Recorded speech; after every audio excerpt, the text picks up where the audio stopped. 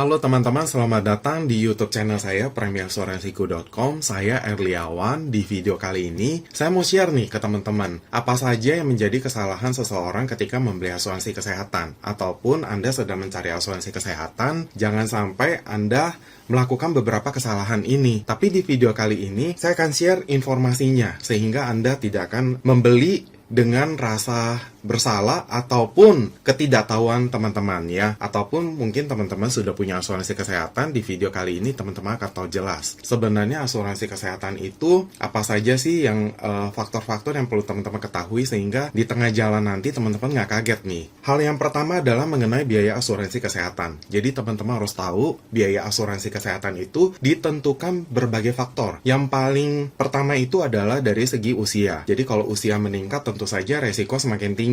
Otomatis biaya asuransi akan semakin besar. Ya, jadi beda hal biaya asuransi kesehatan untuk usia 50 tahun dengan usia 30 tahun tentu saja beda ya. Karena dari segi usia meningkat resiko tinggi. Itu yang pertama. Yang kedua ada faktor namanya inflasi medis. Jadi asuransi kesehatan itu biayanya biasa akan diperhitungkan ulang ketika ada kenaikan inflasi medis sewaktu-waktu. Jadi kita tidak pernah tahu apakah biaya asuransi kesehatan itu di tahun berikutnya ada kenaikan berapa persen nih. Jadi teman-teman harus tahu bahwa asuransi kesehatan yang teman-teman bayar baik unit link maupun tradisional itu bisa ada namanya kenaikan harga. Jadi kalau misalnya teman-teman mau tahu detail sebenarnya di polis sudah tertulis. Jadi usahakan teman-teman kalau punya polis ya teman-teman baca minimal teman-teman dapat pengetahuan suatu saat ada terjadi sesuatu teman-teman udah nggak kaget. Oke, yang ketiga adalah kondisi medis tertanggung. Jadi ketika teman-teman sebelum membeli asuransi kesehatan sudah ada kondisi medis yang kurang bagus, tapi company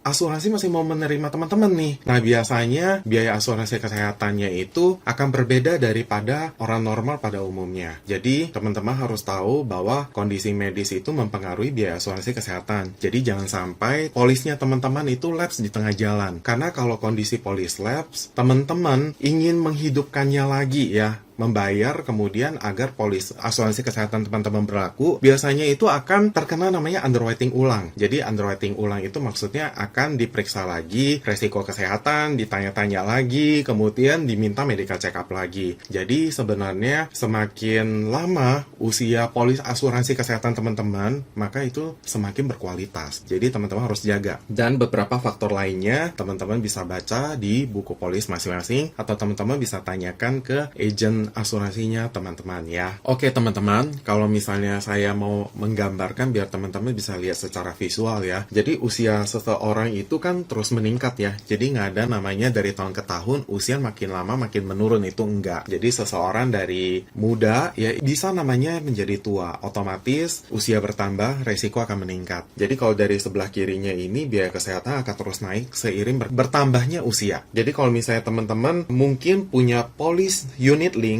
jadi biasanya polis unit link itu preminya segini nih, 1 juta ya. Nah, kalau misalnya teman-teman cek, sebenarnya ada namanya biaya asuransi kesehatan di dalam unit link itu mungkin lebih kurang 400.000. Biasanya selisihnya ini itu disimpan. Disimpan tujuannya untuk apa? Untuk membiayai asuransi kesehatan di kemudian hari. Karena ya seperti kita ketahui, usia semakin bertambah artinya masa pensiun semakin dekat, ya masa tidak produktif semakin dekat. Kalau sudah tidak produktif, otomatis penghasilan bisa hilang. Dan di saat-saat itulah sebenarnya asuransi kesehatan makin dibutuhkan. Jadi kalau misalnya teman-teman nggak mulai saving dari sekarang, bisa-bisa saat teman-teman butuh, asuransi kesehatannya tidak berlaku. Ya jangan sampai ya teman-teman. Jadi memang asuransi kesehatan itu biayanya baik di produk unit link maupun tradisional akan meningkat sewaktu-waktu. Jadi kalau misalnya teman-teman ada merasa bahwa saya lebih baik beli polis asuransi tradisional saja lebih murah. Tentu saat ini lebih murah. Tapi teman-teman boleh minta agen asuransinya hitungkan, atau mungkin teman-teman punya asuransi kesehatan yang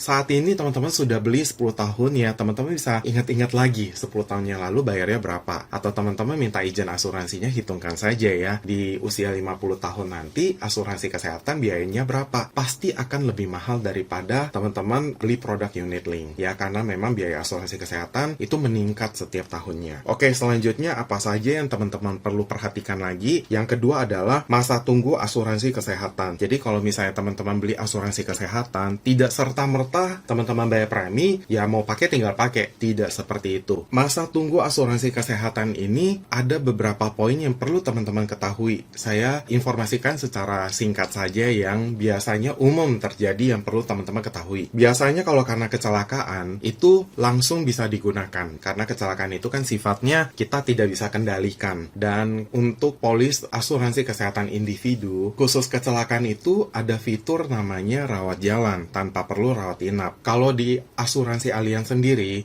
fitur rawat jalan kecelakaan ini bisa digunakan bila mana teman-teman terjadi kecelakaan langsung mendapatkan tindakan medis 2 kali 24 jam. Jadi dalam waktu 2 hari teman-teman sudah harus ada tindakan medis agar fitur rawat jalan itu teman-teman bisa gunakan. Dan biasanya kecelakaan itu bisa langsung pakai setelah polis enforce ya. Kemudian yang kedua, penyakit biasa. Penyakit biasa itu masa tunggunya adalah 30 hari. Jadi di bulan kedua teman-teman baru bisa menggunakan asuransi kesehatan teman-teman. Kemudian di fitur asuransi Allianz ada namanya penyakit kanker yang masa tunggunya 90 hari. Dan informasi video ini sampai September 2023, informasi terbaru adalah masa tunggu penyakit kanker 90 hari bila mana nasabah terdapat diagnosa, maka polis asuransi kesehatan akan dikecualikan secara permanen. Jadi pastikan teman-teman ya membeli asuransi kesehatan itu ketika sehat. Oke, selanjutnya teman-teman juga harus tahu bahwa asuransi kesehatan itu ada namanya masa tunggu untuk penyakit khusus. Nah, kalau untuk di Allianz sendiri, apa saja sih penyakit khusus itu? Mari kita lihat. Oke, yang pertama ada namanya batu ginjal, saluran kandung kemih, saluran kandung empedu. Itu masa tunggunya 12 bulan. Kemudian penyakit jantung, pembuluh darah jantung, dan pembuluh darah otak seperti gagal jantung, penyakit jantung koroner, stroke, kemudian serangan jantung, ataupun penyempitan jantung perlu pasang ring. Itu masa tunggunya 12 bulan. Kemudian katarak. Selanjutnya penyakit amandel dan lainnya, kemudian kencing manis, tuberkulosis, dan semua komplikasinya.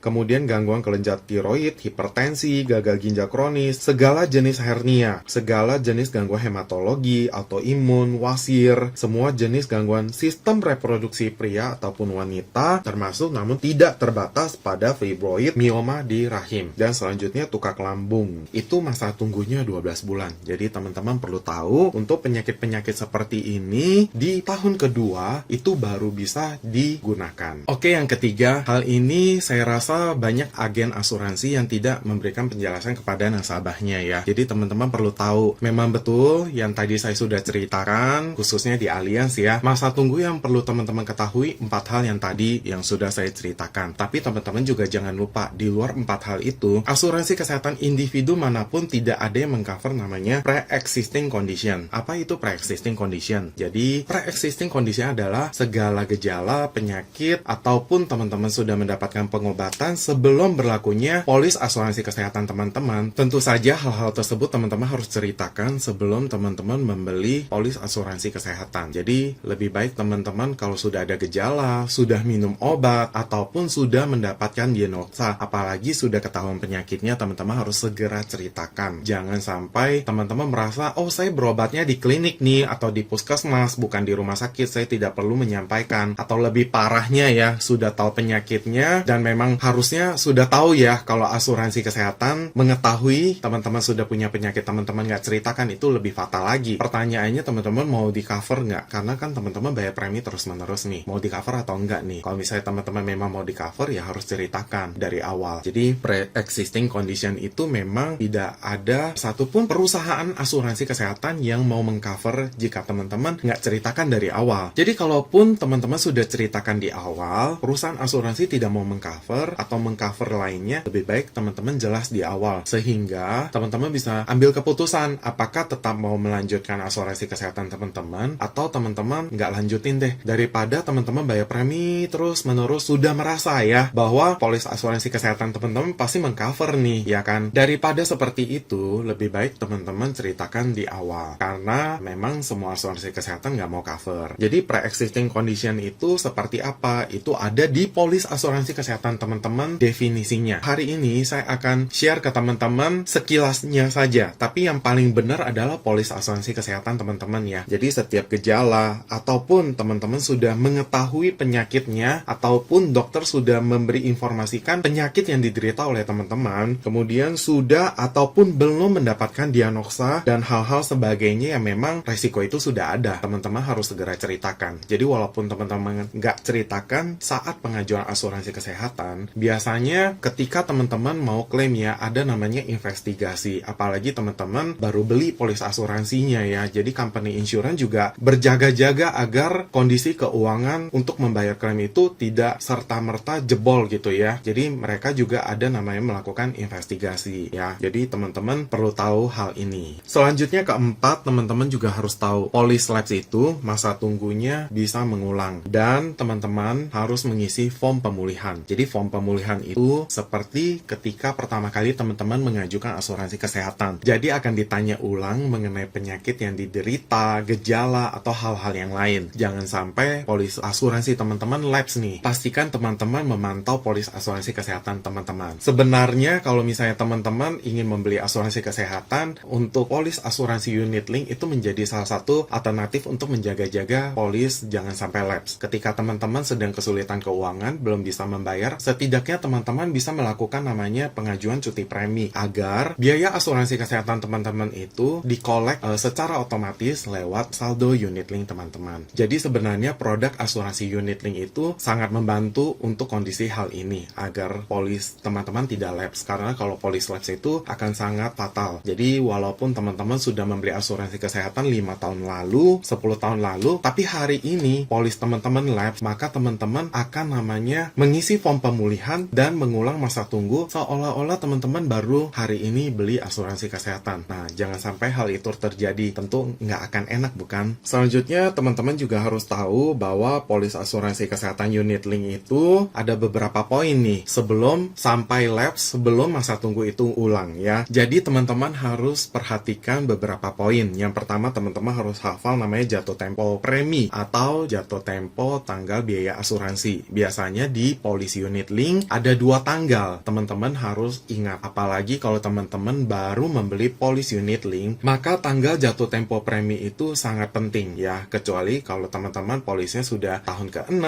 tahun ke-7, teman-teman juga bisa perhatikan jatuh tempo tanggal pembayaran biaya asuransi. Oke, selanjutnya ada salah satu kelebihan di Allianz untuk produk asuransi unit link, grace periodnya adalah 90 hari. Jadi grace period adalah masa keleluasaan membayar premi. Jadi ketika sampai tanggal jatuh tempo teman-teman belum melakukan pembayaran premi, maka asuransi Allianz memberikan masa tenggang 90 hari sebelum polis asuransi kesehatan teman-teman lapse. Dan ini hal yang baru dan hal yang bagus di perusahaan Allianz ya. Jadi teman-teman juga harus tahu di masa grace period untuk produk unit link kelebihannya adalah polis tetap in force. Jadi ketika terjadi klaim, maka klaim tersebut dapat dilakukan. Itu kelebihannya ya. Kemudian yang kedua, teman-teman juga harus perhatikan kalau teman-teman membeli asuransi kesehatan tradisional, kita ada ya asuransi kesehatan tradisional dan masa grace periodnya adalah 30 hari. Jadi selama masa grace period, maka polis lapse dan ketika terjadi klaim, maka klaim tersebut tidak dapat dilakukan sampai teman-teman melunasi jatuh tempo premi tersebut. Ataupun biasanya asuransi kesehatan tradisional itu preminya cara bayarnya tahunan. Jadi teman-teman harus perhatikan grace period hanya 30 hari dan di masa grace period kondisi polis teman-teman itu lapse ya. Jadi kalau misalnya terjadi sesuatu teman-teman ingin pakai itu belum dapat dilakukan. Ya, ini perbedaannya polis asuransi kesehatan unit link dan tradisional. Jadi kalau misalnya teman-teman ada tanya, kalau misalnya asuransi unit link itu kelebihannya apa? Ini adalah salah satu kelebihan yang semua orang nggak pernah tahu hal ini ya. Jadi karena asuransi kesehatan itu begitu penting, jadi kita harus jaga-jaga jangan sampai polis tersebut lapse ya. Oke, seperti ini aja informasi penting yang perlu teman-teman ketahui. Jangan sampai teman-teman melakukan kesalahan saat memiliki asuransi kesehatan ataupun sebelum membeli asuransi kesehatan, teman-teman berpikir bahwa tidak ada poin-poin ini. Jadi poin-poin ini adalah garis besar yang perlu teman-teman ketahui. Jadi sebenarnya masih banyak lagi beberapa poin lainnya. Kalau misalnya teman-teman tertarik ingin tahu lebih lanjut, teman-teman bisa chat di komentar di bawah ini agar saya bisa membuat video penjelasannya di kemudian hari. Dan untuk teman-teman yang sedang ingin mencari asuransi kesehatan, asuransi jiwa, ataupun asuransi kerugian, teman-teman bisa langsung hubungi saya di kolom deskripsi agar dapat saya layani lebih lanjut. Terima kasih, sampai ketemu di video berikutnya.